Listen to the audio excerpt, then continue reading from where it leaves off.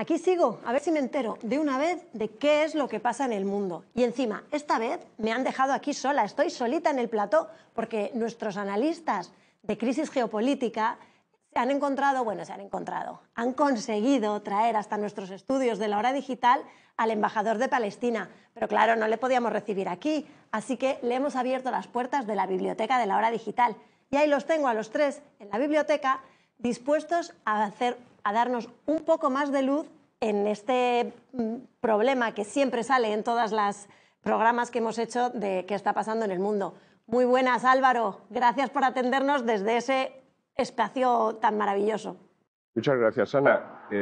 Sí, realmente es un día hoy de lujo y excepcional para la Hora Digital y para acercarnos a nuestros lectores y oyentes.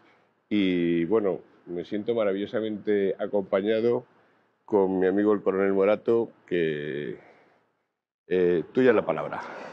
Bueno, pues muy amable, Álvaro. Encantado de estar nuevamente aquí y de poder hablar hoy con nuestro embajador de Palestina en España, a quien ya hemos tenido ocasión de ver y de hablar en particular en más de una ocasión, pero que como aquí es la primera vez, yo he visto su currículum, lógicamente, y además lo conozco, pero quisiera que él mismo destacara de su formación y de su experiencia como embajador, qué es lo que más quiere trasladar a la opinión pública española, que tiene una idea muy vaga sobre lo que es Palestina. Sabemos, todo el mundo está siguiendo mucho lo que está ocurriendo actualmente en la guerra, en Gaza y en otros lugares de conflicto, lamentablemente para el pueblo palestino, y también Israel, que está sufriendo también y sufrió el ataque terrorista del 7 de octubre. Pero yo quisiera que el embajador se presentara él a sí mismo sobre aquello que considera que puede ser de mayor interés para que los españoles conozcamos sobre Palestina y sobre él mismo. Embajador, por favor. Bueno, es un placer estar con ustedes. Les agradezco la invitación y les deseo lo mejor, lo mismo que a su audiencia. Ojalá que este año 2024 sea un año mejor para toda la humanidad. Lamentablemente comenzó mal en Palestina y en otros sitios. Ojalá con el paso de los meses, de las semanas, vaya mejorando. La verdad es que Hosni Abdelwahad, como palestino, es prácticamente el común de los palestinos. Nacido en un campo de refugiados, porque todos los palestinos de hoy somos productos de Al-Nakba, la ocupación de Palestina en 1948. Mis padres, que fueron expulsados de su hogar en una pequeña aldea cerca de Lud, donde hoy se encuentra el aeropuerto internacional Ben Gurión, que de hecho fue construido sobre aldeas palestinas demolidas, y entre paréntesis fueron 535 aldeas palestinas que demolió la ocupación israelí en el territorio que ocupó en 1948. La población fue expulsada, una limpieza étnica donde 3/4 partes de la población palestina fue expulsada de sus hogares, y el resultado es que nuestros padres tuvieron que buscar refugio en campos de refugiados, donde nací, al igual que mis hermanos mayores y las generaciones que nos siguieron hasta el día de hoy. Por lo tanto, ¿y cómo puede formarse un niño que nace en un campo de refugiados? Me imagino que habrá tenido muchísimas dificultades para... La verdad es que es difícil contarlo, porque muchas veces un mecanismo de defensa de los seres humanos es tratar de esconder los momentos más difíciles de sufrimiento y amargura, porque en un campo de refugiados simplemente escasea todo, salvo la necesidad. Esto es lo que abunda. Abunda el frío, el hambre, la escasez. ¿Y el odio? Afortunadamente somos un pueblo milenario que ha sido objeto a lo largo de su historia de 24 invasiones y a lo largo de miles de años hemos permanecido en nuestra tierra y nos hemos enfrentado a estos desafíos con sabiduría y con amor. Yo sé que en los medios occidentales, producto de un relato dominante, tratan de deshumanizar a los palestinos.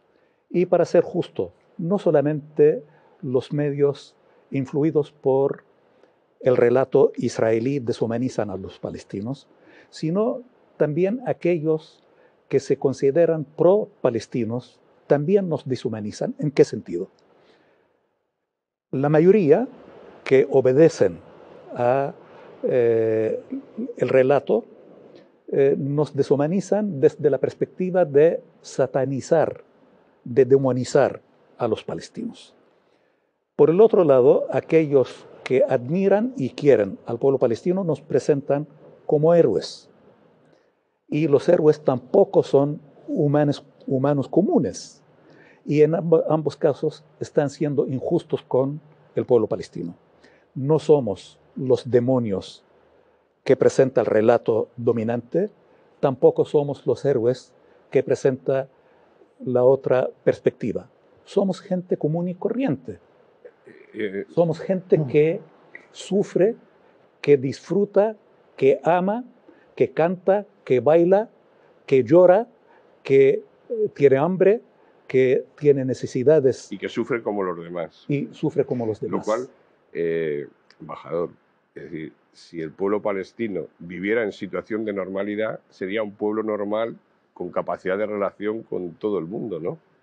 Lo que muchos, lamentablemente, ignoran o quieren olvidar es que durante mucho tiempo nuestra región, y Palestina específicamente, fue el centro del mundo, el centro de la cultura, el centro de la civilización.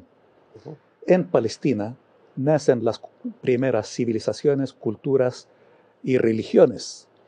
Por lo tanto, nuestros antepasados han dado a la humanidad importantes componentes de la civilización humana. Y esto es producto de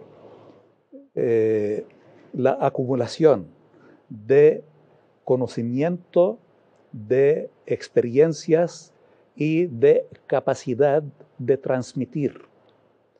Por lo tanto, hoy lo que se conoce de Palestina, lamentablemente, es sufrimiento, dolor, muerte, destrucción. Y Palestina no es esto. Palestina es vida. Palestina es amor. Palestina es pasado y futuro. Palestina es humanidad. Pero reitero lo que decía hace poco de deshumanizar al palestino. Y en esto yo siempre a nuestros interlocutores occidentales, a quienes admiramos mucho, porque la verdad es que Europa le ha dado a la civilización humana importantes logros, pero al mismo tiempo ha impuesto sus moldes, sus conceptos y sus percepciones, y no admite fuera de lo suyo nada que sea distinto. El eurocentrismo, ¿no? El eurocentrismo. Y yo pienso que esta Europa que ha iluminado durante tanto tiempo a la humanidad, hoy se enfrenta a un gran desafío de ensimismamiento y de fundamentalismo. Yo sé que este concepto puede ser mal interpretado y puede caer mal, pero lamento decirlo que nuestros amigos europeos y norteamericanos están siendo muy fundamentalistas, que no están viendo nada fuera de su perspectiva y nos imponen sus conceptos sobre realidades distintas. Yo tuve que buscar en los diccionarios una palabra que es solipsismo, que es algo que uno no quiere ni ver ni entender fuera de lo que él mismo cree y ve. Y esto es malo para la humanidad, y esto es malo para los propios Por tanto, europeos. ahora en el conflicto, en la guerra que vivimos en este momento, hay un desenfoque de las realidades por parte de Occidente de lo que realmente es Palestina y lo que es el conflicto en sí, ¿no? Mire, yo diría que todo comienza con los conceptos y con la cultura. Y esto comenzó culturalmente preparando la mente del común de la gente para aceptar lo que está ocurriendo, familiarizar ciertas cosas para que la gente la pueda digerir naturalmente. Para empezar, nos han impuesto conceptos y vocablos que no corresponden a la realidad, empezando por el concepto de conflicto. Pues lo que ocurre en Palestina es un caso tradicional de colonialismo, de ocupación. Pero para evitar hablar de ocupación y de colonialismo han inventado el concepto de conflicto para describir lo que ocurre en Palestina. ¿Por qué? Porque se trata de Israel que ocupa al pueblo palestino. No sé si es un simple complejo de culpabilidad de los europeos hacia sus antiguas víctimas, que son los judíos, que sufrieron la persecución y la discriminación durante siglos en Occidente, en Europa, principalmente en Europa. Inclusive el concepto de antisemitismo es un concepto europeo que ahora están aplicando de una forma realmente lamentable y que nos están tildando a nosotros del mal que padeció Occidente durante tanto tiempo y nosotros tenemos que cargar con la culpa y pagar el costo. Por decirlo en términos, es decir, estamos haciendo una batalla en cara ajena, ¿no? Una guerra en cara ajena, y estamos poniendo unas víctimas de un conflicto que Europa tiene mucho que ver con él, ¿no? Pero por supuesto, Israel es un proyecto europeo principalmente, un proyecto colonialista y de inversión. Y hay que verlo desde esta perspectiva para entender esta relación orgánica y este blindaje que le ha dado Europa y en este momento Estados Unidos a este proyecto suyo en nuestra región. Pues como proyecto no solo lo mantienen, lo protegen, lo defienden, lo blindan, hasta lo promueven. Perdón, entonces, embajador... Todo lo que se aplica sobre cualquier caso, en el caso de Israel, no se aplica.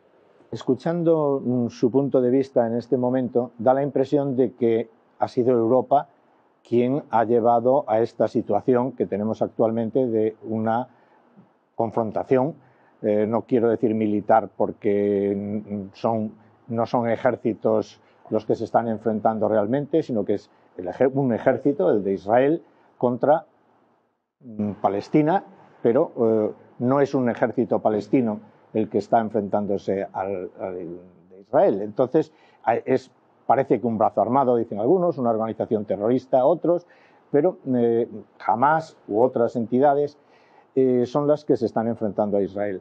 Da la sensación, escuchándole a usted, de que casi parece que ha sido Europa quien ha propiciado esta situación, cuando el común de los mortales pues ve el origen de lo que está pasando ahora en algo muy próximo, que es el 7 de octubre. ¿Es eso fruto también de esa manipulación que estamos sufriendo, o esto forma parte de algo muy complejo que es la situación que se está viviendo en el mundo, con tensiones no solo con la guerra en Ucrania, sino la tensión también con Taiwán, con China, más que con Taiwán, pero con China. ¿Cómo lo ve usted? Lamentablemente, en la mayoría de los medios occidentales, el mundo comenzó el 7 de octubre del año 2023. Todo lo anterior no cuenta, ni existió casi, y todo lo que ha pasado después no cuenta y no tiene ninguna importancia. Ignoran que en 1948 se crea el Estado de Israel a costas del pueblo palestino, que en el año 1947 Naciones Unidas, sin consultar al pueblo palestino, dispone del territorio del pueblo palestino y se lo otorga a otros. En 1917, Gran Bretaña emite la Declaración Balfour sin consultar al pueblo palestino, donde dispone del territorio de un pueblo, que es el pueblo palestino, y se lo regala, lo destina a otros sin consultar al pueblo originario. Y ahora, una vez más, lo que cuentan, lo que sufren los israelíes. En la mañana escuchaba un programa en la radio española. Se transmite desde un kibutz que fue escenario de los acontecimientos del 7 de octubre. Hablan de las víctimas palestinas, pero como una masa, sin rostros, y a cambio transmiten desde un kibutz, entrevistan a mujeres, a hombres, niños, con nombre, apellido, que han sufrido lo que hizo Hamás. Entonces, hablan de las víctimas del lado palestino, pero como una masa. Y el común de la gente simpatiza con el relato personal. Entonces, sí es una creación de Europa, porque hay que entender que este proyecto se produce en el momento en que el mundo llegaba a una fase del desarrollo del sistema, cuando los antiguos métodos de dominio colonial son sustituidos por los métodos de neocolonialismo, que consisten en el dominio político, dominio económico, dominio cultural y el establecimiento de bases adelantadas en ciertas regiones. Recordemos que el movimiento sionista, cuando fue creado, tenía tres alternativas como posible lugar de concreción de su proyecto del Estado judío. La Patagonia, Sudamérica, Uganda, África o Palestina. ¿Por qué optan por Palestina definitivamente? Por las condiciones que ofrece Palestina y su ubicación geográfica, además del nexo histórico que tuvo la religión judía con Palestina.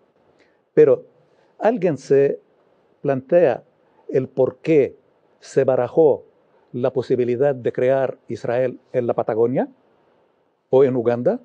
Yo les puedo asegurar que si la Patagonia ofreciera mejores condiciones para el proyecto inversionista colonialista, Israel estaría en la Patagonia, no en Palestina. Yo, embajador, tuve la oportunidad y el honor de trabajar en la Conferencia de Paz de Madrid. Y a partir de ese momento surgió un rayo de esperanza que para mí generacionalmente y para mucha gente era como decía, este conflicto, esta guerra, este problema va a tener vía de solución. Y va a tener una vía de solución donde dos pueblos, como el palestino y el israelí, se puedan entender y además con el beneplácito de todos los demás. ¿Por qué aquello se ha frustrado? Hay que recordar que el proceso comenzó en Madrid, en 1991. Y por eso para nosotros España y Madrid específicamente tiene un significado y un simbolismo. Y una responsabilidad también, que esperamos que vuelva a retomar el protagonismo y la iniciativa. Luego se firman los acuerdos de Oslo, que curiosamente se llaman acuerdos de Oslo, pero fueron firmados en Washington. Y es porque Estados Unidos ha mantenido el monopolio de administrar el llamado conflicto, porque de esta administración saca enormes dividendos.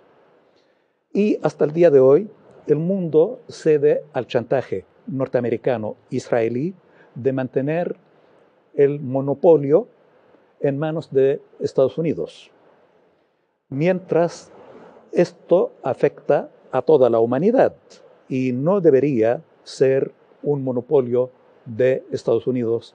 Y esto yo pienso que tiene que ser un motivo para que nuestros amigos europeos y la Unión Europea específicamente tenga mayor protagonismo y la iniciativa, porque esto no puede seguir, porque amenaza a la estabilidad y la seguridad del mundo. Lo veníamos advirtiendo de hace mucho tiempo y nuestros interlocutores lo saben, que veníamos advirtiendo y volvemos a advertir que hoy nuestros amigos en Europa insisten en la necesidad de liberar los rehenes que tiene Hamás. Y está bien. Y me alegro que se preocupen por la libertad de los rehenes que tiene Hamás. Pero no se preocupan de la libertad de un pueblo rehén, de millones de seres humanos que está siendo rehén de la voluntad de un individuo, que es el señor Netanyahu, que a pesar de que hasta sus protectores y sus promotores norteamericanos ahora le piden una cosa, hace la otra, y ayer mismo ha reiterado que no va a permitir un Estado palestino independiente. Entonces, el mundo está siendo rehén de la voluntad de un ser humano, no sé, que es Netanyahu, que se está jugando su futuro personal, su futuro personal como persona y como político. Pero entonces, ¿por qué nuestros amigos europeos y por qué los norteamericanos ceden al chantaje de una persona? Correcto. Hay que tener conciencia de que esto tiene un costo alto en vidas humanas. Hasta ahora, en la Franja de Gaza, ha habido 25.000 muertos contabilizados, además de cerca de 8.000 que están bajo escombros que Israel no permite rescatar los cadáveres. Se suma a esto 64.000 heridos y mutilados. Esto en total llega a 95 o más miles, 95.000 palestinos entre muertos, mutilados y heridos. Casi el 100% de la población de la Franja de Gaza ha sido expulsada de sus hogares. 100% hoy con hambre. Y por favor, yo les pido que lean los informes de los organismos internacionales especializados.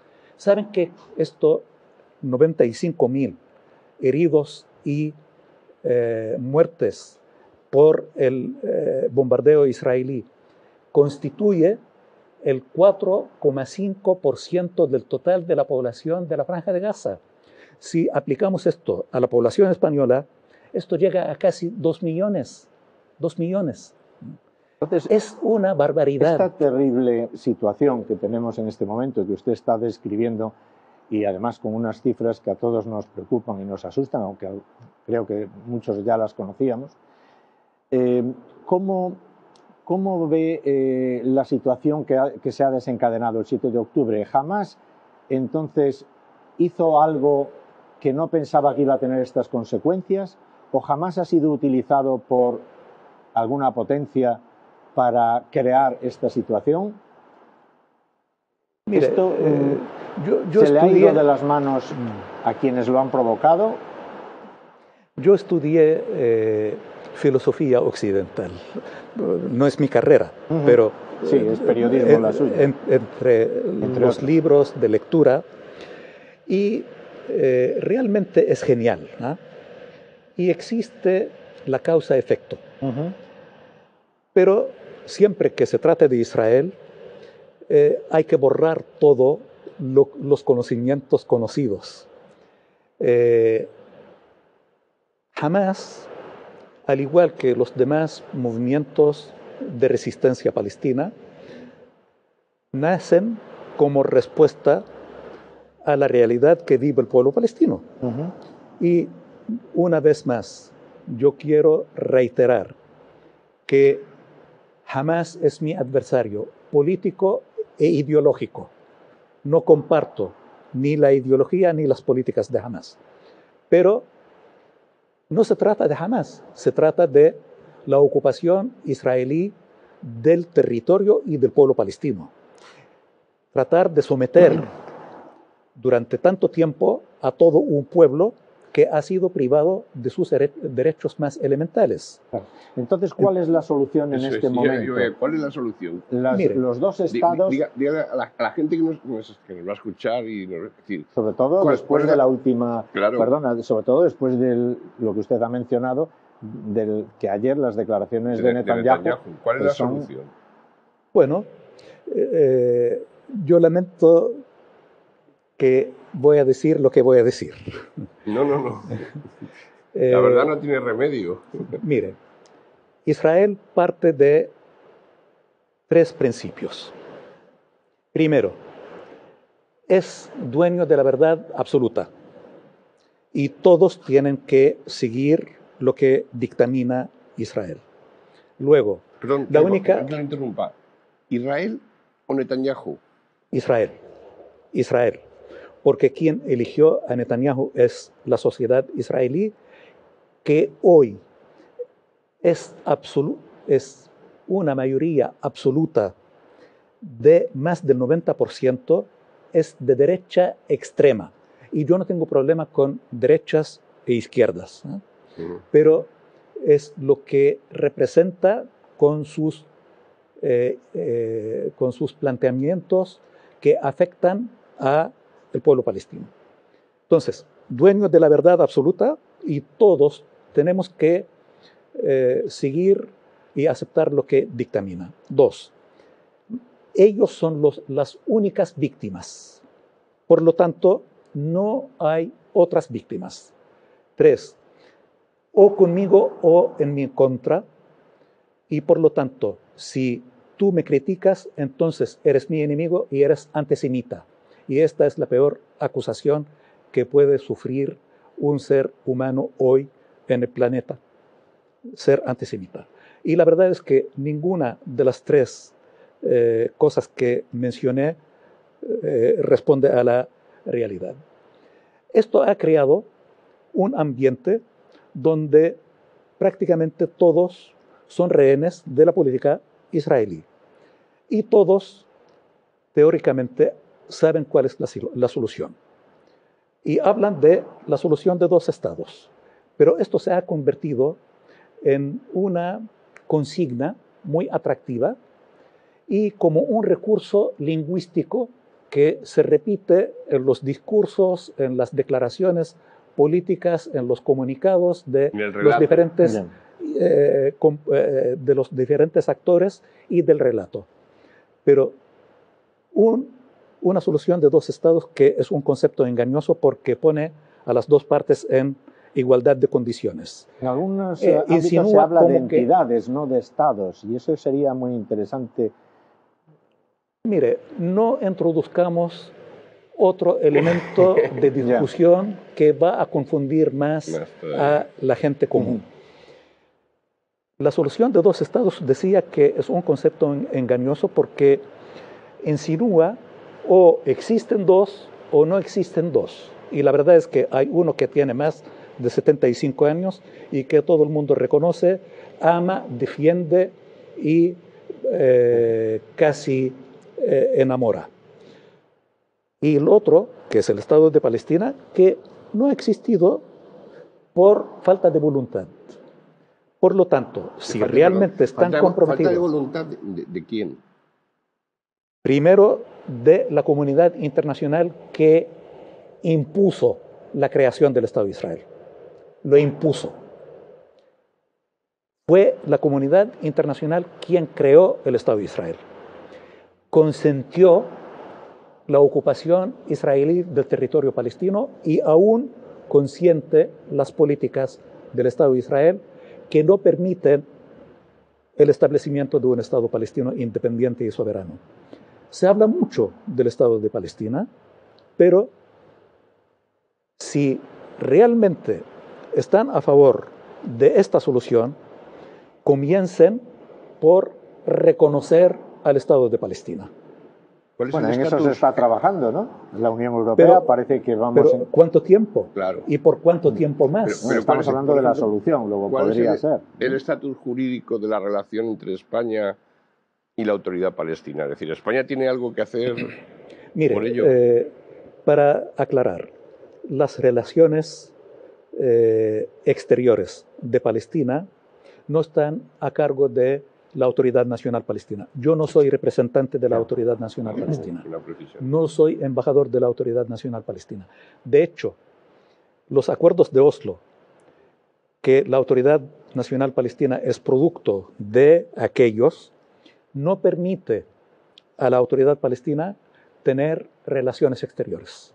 Por lo tanto, quien lleva las relaciones exteriores de Palestina es el Estado de Palestina, que es un Estado políticamente reconocido por muchos y no reconocido por pocos.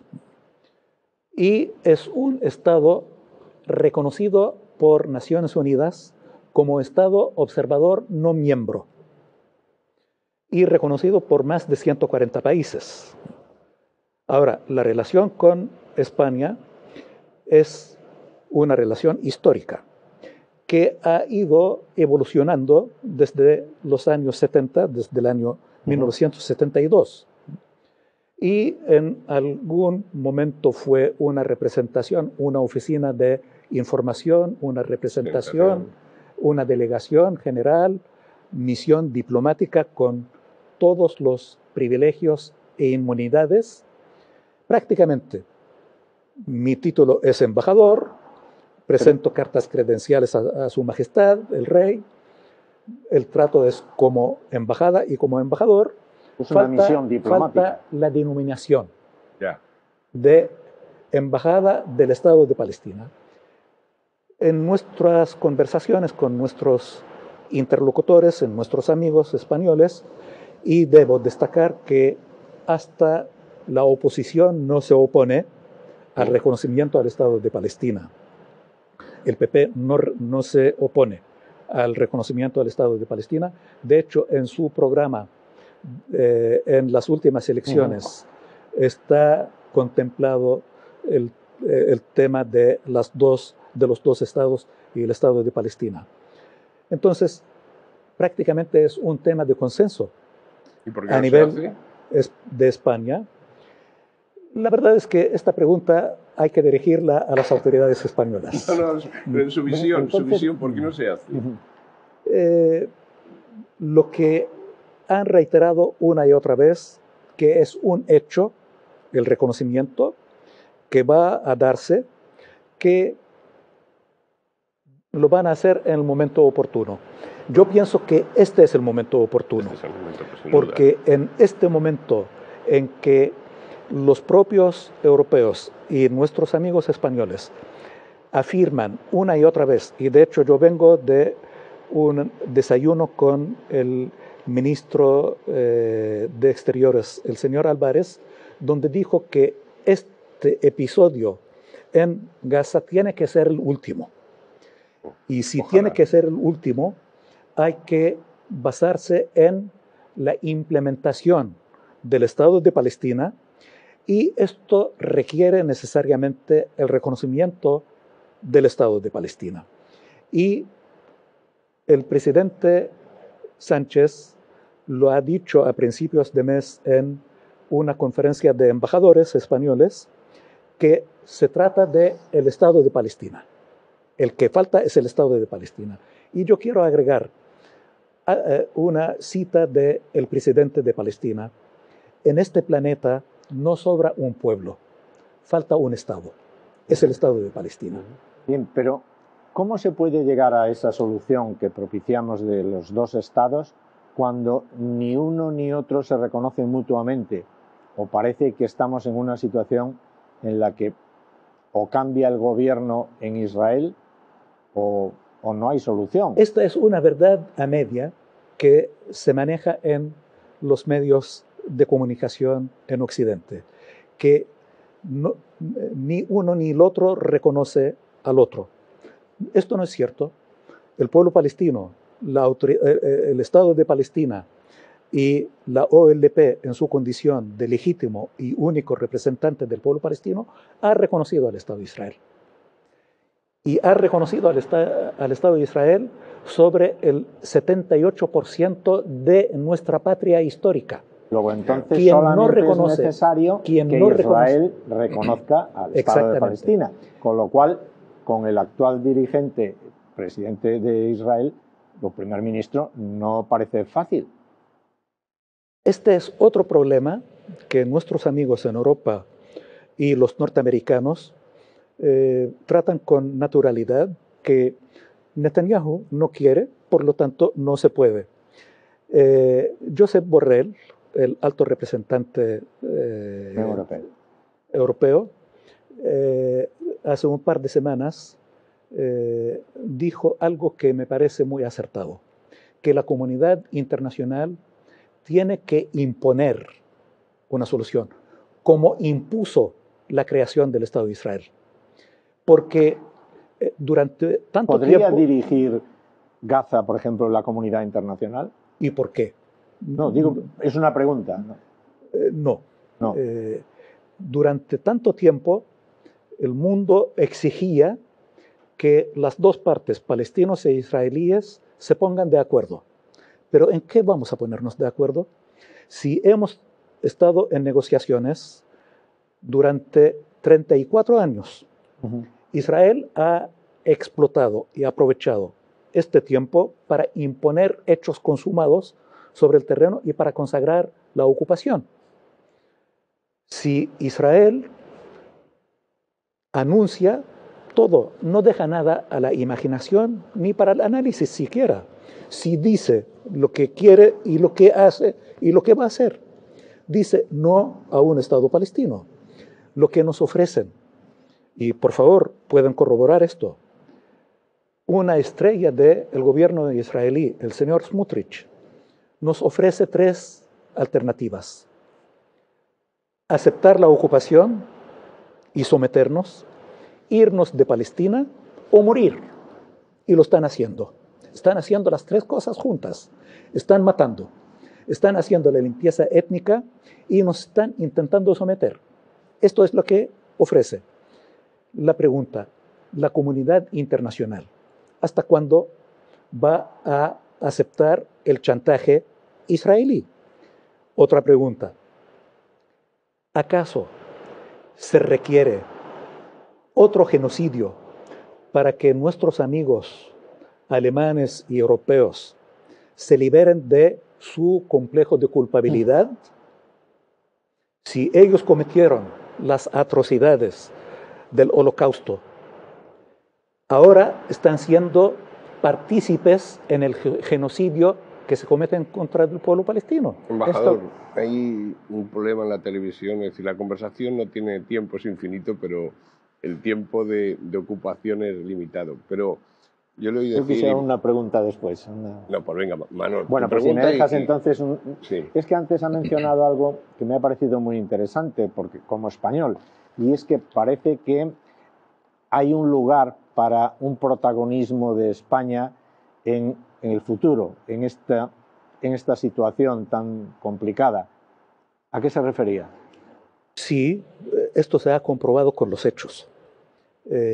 Con los acontecimientos que comenzaron el 7 de octubre, yo quiero destacar y felicitar a España y algunos otros países que no han caído en la trampa de otorgar el apoyo incondicional al ejército de ocupación israelí, de perpetrar el genocidio incondicionalmente. Han tenido claridad y han tenido una postura que afortunadamente prevaleció y otros han seguido. Entonces, la experiencia ha demostrado la capacidad propositiva de parte de España y su capacidad de liderazgo que otros han seguido. Hasta hoy Estados Unidos prácticamente está planteando ciertos temas similares a los que planteó España.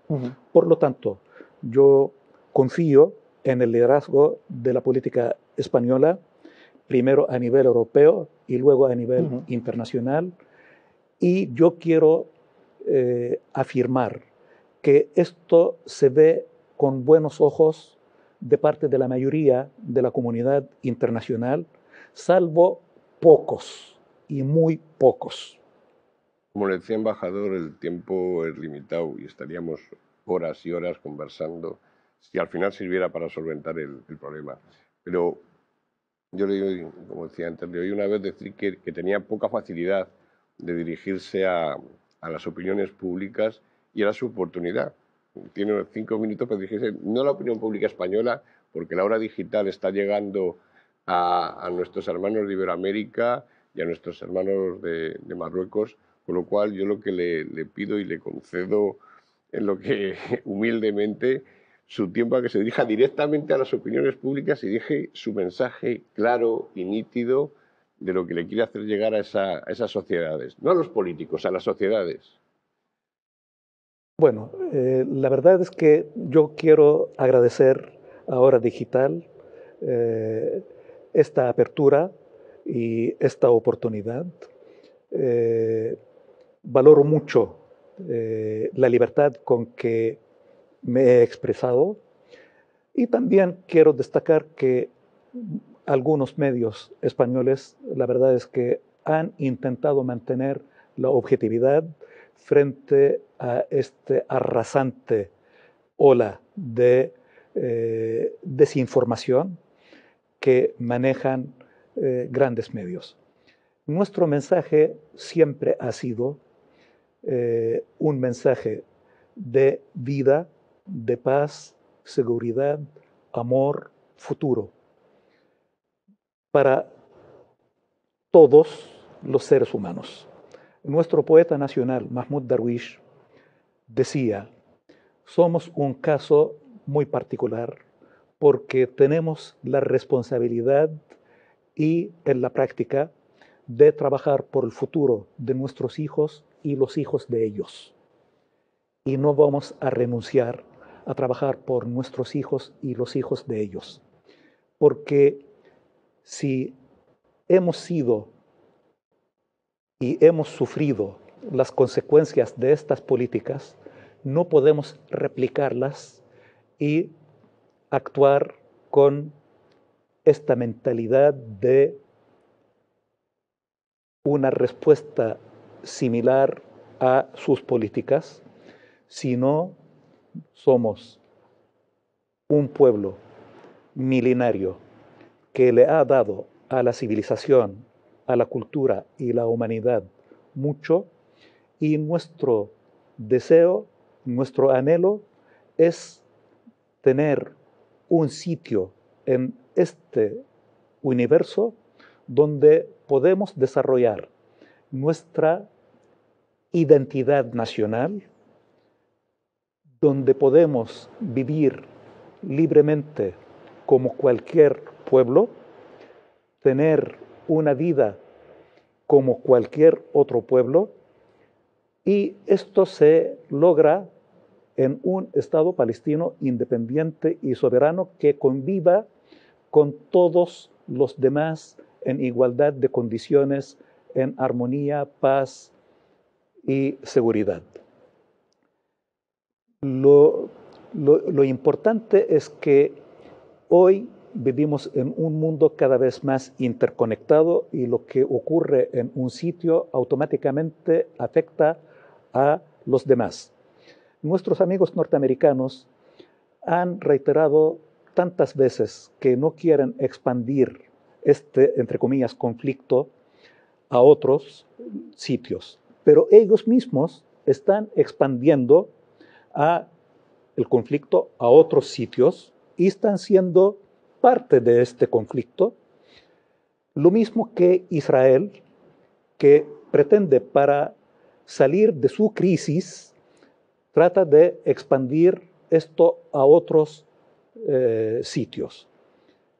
La seguridad, paz y justicia requieren el esfuerzo de todos, pero con los mismos valores para todos y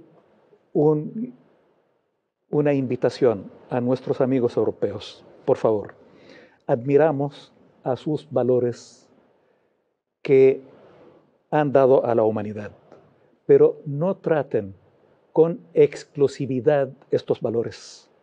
Estos valores tienen que ser para todos.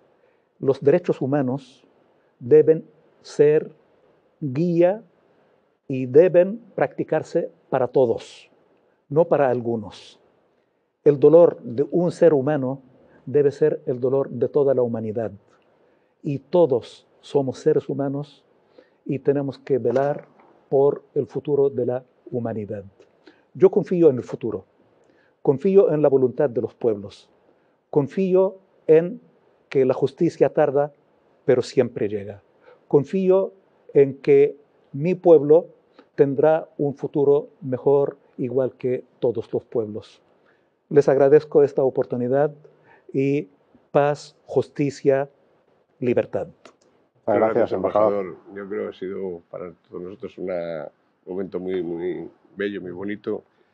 Gracias, coronel, siempre por tu colaboración. Y a todos nuestros seguidores y oyentes, agradecerles esta entrevista larga, pero yo creo que muy, muy, muy pedagógica y explicativa. Muchas gracias y hasta otra oportunidad. يوصلكم كل جديد على قناتكم شمال بوست. ما تنساوش الضغط على زر الاشتراك وزر الإعجاب وخليوا الآراء ديالكم في التعليقات.